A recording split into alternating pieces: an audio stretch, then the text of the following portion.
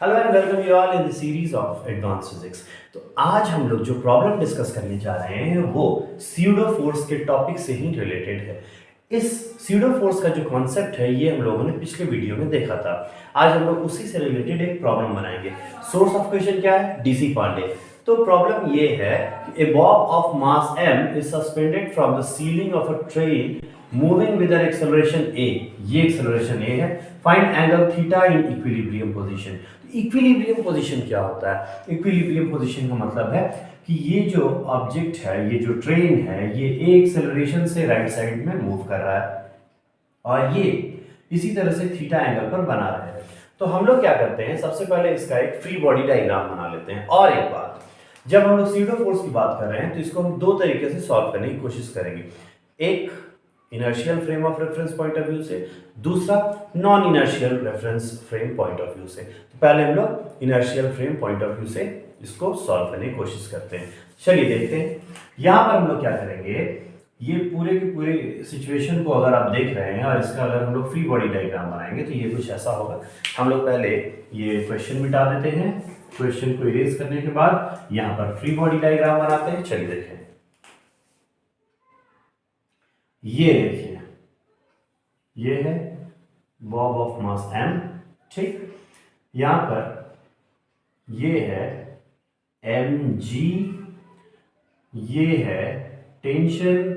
इस टेंशन को हम लोग दो पार्ट में ब्रेक करेंगे, ठीक है, और इसको हम लोगों ने दो पार्ट में ब्रेक कर लिया। अगर ये थीटा है, यहां से देख रहे थे ये थीटा है तो ये भी थीटा होगा। थीटा से कनेक्टेड कंपोनेंट को हम कॉस कंपोनेंट कहते हैं, तो ये हो जाएगा t cos थीटा, और ये कंपोनेंट क्या हो जाएगा, t sin थीटा। अब पूरा का पूरा जो सिस्टम है वो टुवर्ड्स राइट मूव कर रहा है with an acceleration a। Now we can easily write the equation for this free body diagram. So what would be the equation? First, this one, that is t cos theta equals mg। ठीक है, ये दोनों आप इसको ऐसे भी लिख सकते हैं अगर आपको एक स्टेप और आगे बढ़ाने का मन है, और तब आप इसको ऐसे भी लिख सकते हैं t cos theta minus mg equals, इसका कहीं भी मोशन y एक्सिस में है नहीं इसलिए जीरो। Therefore you can write t cos theta equals mg, equation number 1।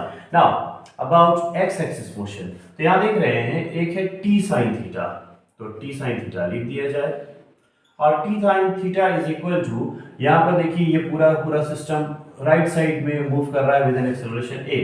m mass का ऑब्जेक्ट a एक्सेलरेशन से मूव कर रहा है, सो ma।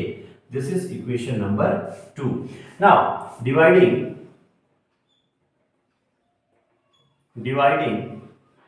equation 2 by 1, we get t sin theta divided by t cos theta equals ma by mg. Cancel, t cancel, and finally you can write tan theta equals a by g. Now you need to find out the value of theta, so instead of this theta you can tan theta you can write theta equals tan inverse a by g। और इस तरह से हम लोगों ने ये problem solve कर लिया। अब इसमें जो सबसे इंपॉर्टेंट बात है वो क्या है, वो ये है कि ये हम लोगों ने जो प्रॉब्लम बनाया, जो फ्री बॉडी डायग्राम बनाया, ये सब ग्राउंड रेफरेंस फ्रेम से बनाया। मतलब कि इस पूरे सिनेरियो को जो ऑब्जर्व कर रहा था, जो वॉच कर रहा था, वो ऑब्जर्वर यहाँ ग्राउंड में था। ठीक है, और इस तरह से हम लोग इसको इनर्शियल फ्रेम ऑफ रेफरेंस में ये फॉर्मूला लगा दिए। अब हम स्यूडो फोर्स लगाने की कोशिश करेंगे। तो स्यूडो फोर्स लगाते कब है? स्यूडो फोर्स हम तब लगाते हैं जब observer non inertial frame of reference में हो। मतलब ये ऑब्जर्वर को अगर हम ट्रेन के अंदर रख दें तो ये पूरा सिस्टम, ये ट्रेन और ये ऑब्जर्वर सभी टुवर्ड्स राइट मूव करेंगे विद एन एक्सेलरेशन a। उस समय फिर हम एक यहाँ पर पूरा पूरा इक्वेशन लिखेंगे जो स्यूडो फोर्स भी इंक्लूड करेगा। चलिए देखते हैं। तो ये हो गया एक तरीका। दूसरा देखिए, हमारा जो ऑब्जर्वर है वो यहां है, ठीक है ना। Observer is also moving towards right with an acceleration a। अब एक और बात, ये जो ऑब्जर्वर है ये इस पेंडुलम को जब देख रहा होगा और ये पेंडुलम अगर इक्विलिब्रियम में होगा तो इसका और इसके बीच का कोई रिलेटिव मोशन होगा ही नहीं।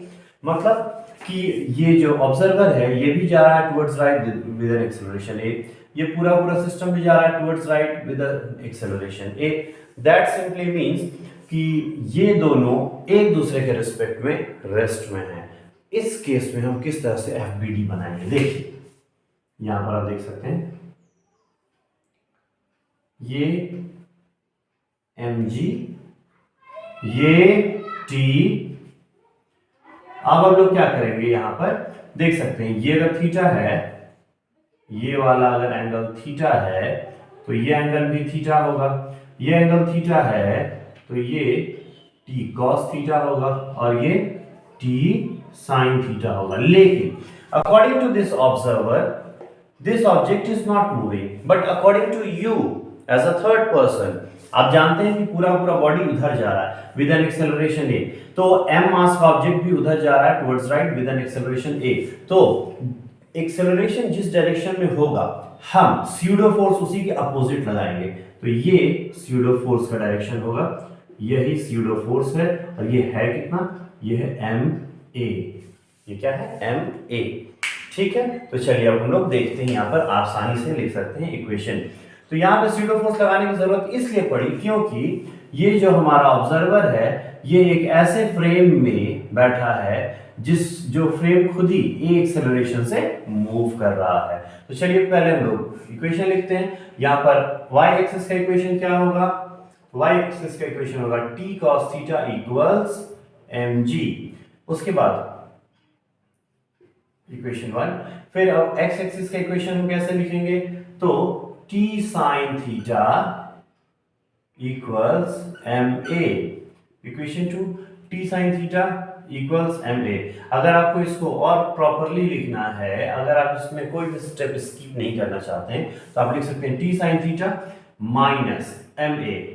माइनस ma क्यों, इसलिए क्योंकि t sin थीटा के अपोजिट है ma और यहां पर ये कोई भी मोशन हो नहीं रहा है इसलिए जीरो। तो यहां पर आप लिख सकते हैं t sin theta equals ma।